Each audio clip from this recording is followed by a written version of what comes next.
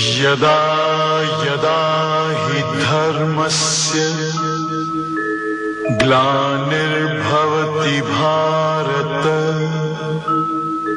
अभ्युत्थानम् अधर्मस्य तदात्मानं सृजाम्यहम्। अब ब्रह्मा की उत्पत्ति देखो।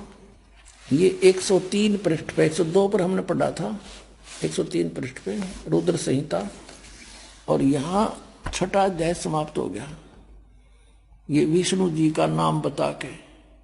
और अब हम यहाँ आगे 7वां अध्याय ब्रह्मा जी बता रहे हैं। आगे देव ब्रह्मा जी कहते हैं देव से नारद को बता रहे हैं, तत्पश्चात कल्याणकारी परमेश्वर सांब सदाशिव ने काल ने दुर्गा के साथ जैसे विष्णु उत्पन्न किया, पूर्ववत पर प्रयत्न करके मुझे अपने दाहिने अंग से उत्पन्न कर दिया। अपने आत्मा यहाँ ये अनुवाद करता शर्मा गया। शिव जी का पुजारी होगा कि शिव जी की उत्पत्ति कैसे दिखाऊं, यहाँ तक कर गया गोलमोल। और दिखाएंगे आपको, कहते चोर चुरावे तुमबड़ी वो गड्ढे पानी में, वो गड्ढे हुआ ऊपर आवे न सच्चाई छनी ना। अब देखो यही रुद्र संहिता हम पढ़ रहे हैं। और ये संक्षिप्त शिवपुराण 110 पृष्ठ पे यहाँ लिखा है कि इस प्रकार ब्रह्मा विष्णु तथा रुद्र इन 3 देवताओं में गुण हैं, परंतु शिव गुणातीत माने गए हैं। अब ब्रह्मा विष्णु रुद्र यु शंकर, ये तो हो गए 3, और इन तो चौथा यु इन मत गुण है, रजगुण ब्रह्मा सतगुण विष्णु तमगुण शिव शंकर, और यो शिव कहते गुणातीत माने गए। ये गए ना 4 हो गए बड़े यहाँ पर। और अच्छा कंसेप्ट क्लियर होगा, दिखाते हैं आपको। इसी शिव पुराण के 24-25 पृष्ठ पर आपको दिखाते हैं। एक समय ब्रह्मा जी और विष्णु जी का इस बात पर युद्ध हो गया। ब्रह्मा जी को भ्रम था कि मैं सृष्टि उत्पत्ति करता हूँ, विष्णु जी को भ्रम था कि मेरे नाभि कमल से ब्रह्मा की उत्पत्ति हुई है, जो मेरा पुत्र है। इससे बात पर कहा सुनी युद्ध हो गया कि तू मेरा बेटा, उन्होंने कहा मैं तेरा बेटा। उस समय इस काल भगवान इनके पिता ने इनके बीच में एक शिवलिंग खड़ा कर दिया, तेजों में स्वतंभ। तो ये युद्ध छोड़ के उसके और छोर जानने लगे। फिर इनको वो खुद आ गया, शिव रूप में प्रकट हो गया। इसने प्रतिज्ञा कर रखी है कि मैं अपने वास्तविक रूप में कभी किसी को दर्शन नहीं दूंगा। किसी को अपने पुत्र शिव के रूप में, किसी को ब्रह्मा के रूप में, किसी को विष्णु के रूप में दर्शन दे जाता है।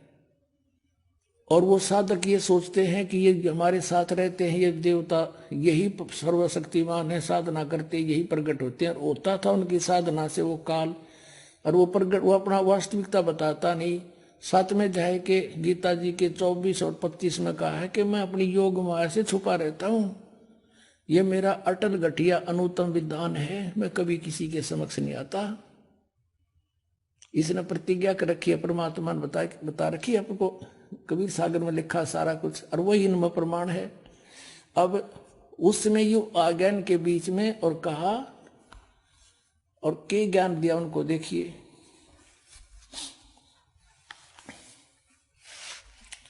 ये है विद्वेश्वर संहिता संक्षिप्त शिवपुराण पृष्ठ 24 पे। ये है वो शिवलिंग, यानी सतम तेजों में सतम ब्रह्मा और विष्णु के बीच में खड़ा कर दिया।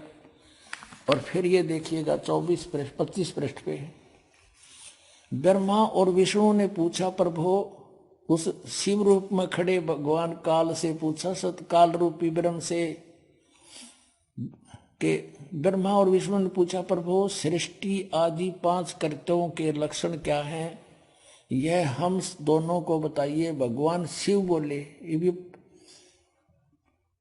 अनुवाद करता तो शिव कहेगा था वो काल इनका पिता। मेरे कर्तव्य को समझना अत्यंत गहन है, तथापि मैं कृपा पूर्वक तुम्हें उनके विषय में बता रहा हूं। आगे देखो अब 26 पृष्ठ पे कंसेप्ट क्लियर हो जाता है। ये 26 पृष्ठ पे शिव पुराण का यहां देखिएगा। पुत्रो, यू काल कहता है ब्रह्मा और विष्णु को, पुत्रो तुम दोनों ने तपस्या करके प्रसन्न हुए मुझ परमेश्वर से सृष्टि और सतिथि नामक 2 कृत प्राप्त किए,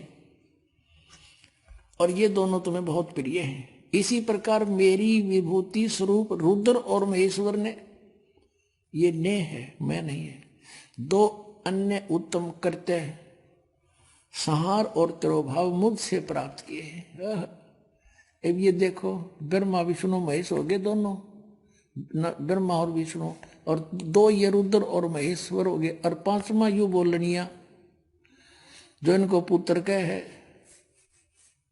और परंतु अनुग्रह करते दूसरा कोई नहीं पा सकता।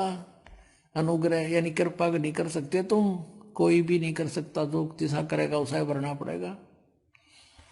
अब यहाँ फिर क्लियर हो जाता है कि ये काल है, ब्रह्म है, जिसने गीता बोली थी। इसी शिवपुराण के 26 पृष्ठ पे रुद्र संहिता के यहाँ देखना, पुण्यात्माओं कमाल कर रखा है।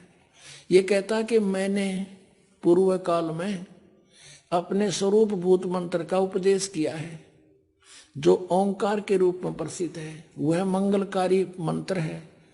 सबसे पहले मेरे मुख से ओंकार ओम प्रकट हुआ, जो मेरे स्वरूप का बोध कराने वाला है। ओंकार वाचक है, मैं वाच्य हूँ। ये मंत्र मेरा स्वरूप ही है। प्रतिदिन ओंकार का निरंतर स्मरण करने से मेरा ही सदा स्मरण होता है, काल का स्मरण होता है। मेरे उत्तरवर्ती मुख से अकार, पश्चिम मुख से उकार, दक्षिण मुख से मकार, पूर्ववर्ती मुख से बिंदु और मध्यवर्ती मुख से नाद का प्राकट्य हुआ है। इस प्रकार 5 अवयवों से, 5 इन अंगों से युक्त ओंकार का विस्तार हुआ है। इन सभी अवयवों से एकीभूत होकर प्रणव ओम नामक एक अक्षर हो गया। हाय हाय।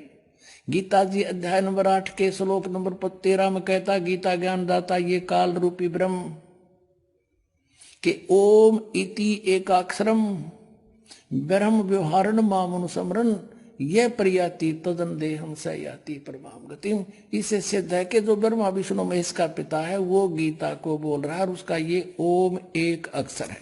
अपने आत्माओं, परमात्मा ने 600 वर्ष पहले बताया था, धर्मदास ये जग बोरा ना, कोई न जाने पद निर्वाणा। यही कारण मैं कथा पसारा, सबसे कहिए एक राम नियारा। अब अपनी महिमा आप ही बता रहे हैं। अब मैं तुमसे कहूं चताई, तेरे देव की उत्पत्ति भाई। कुछ संक्षेप कहूं गहुराई, सब सन से तुम्हारे मिट जाई। कहते हैं मां अष्टंगी पिता निरंजन, ये जमदारुण वंशन अंजन। पहले कीन निरंजन राई, पीछे से माया उपजाई। माया रूप देख अति शोभा, देव निरंजन तन मन लोभा। निरंजन कीने भोग विलासा, माया को रही तब आशा। 3 पुत्र अष्टंगी जाए, ब्रह्मा विष्णु शिव नाम धराए। अपने आत्माओं, इब तो परमात्मा सामने आकर खड़ा हो गया, आई एम गॉड। कबीर साहब कहते हैं आई एम गॉड। और बालक तो बालक अंधे से अंधा इन वचनों को सुनकर समझ सकता है कि हु इज गॉड।